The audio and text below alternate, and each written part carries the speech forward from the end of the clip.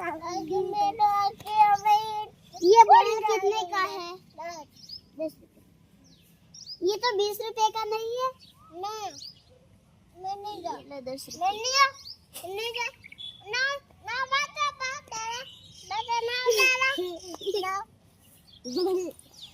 ओ भाई आते तो भी नहीं ना मेरे ठंडी થવા દે યાર એટલે ઘડી આપણે રાત પડી હોય હવે તું એ ઋષિ દુકાન બંધ કર પી હવે તું ઊભો થઈને દુકાન બંધ કર પી આ દુકાન બંધ થઈ ગઈ જા ઠીક ઠીક જા હવે ઘરમાં ઊંઘવા આયો ચાલુ ઓલું ઘર ઋષિ અમાર વાગે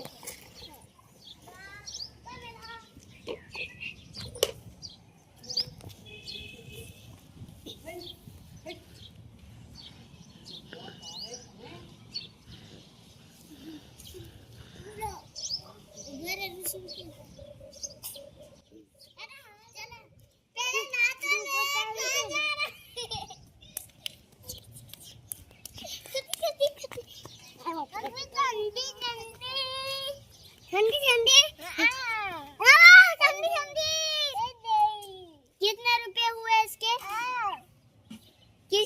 कितने रुपए हुए भैया? 10 रुपए ये लो। अब तुझको कुछ नहीं मिलेगा, अब मेरी वाली। आती था उठती हमें घर पर 10 आ लो 10 रुपए पैसा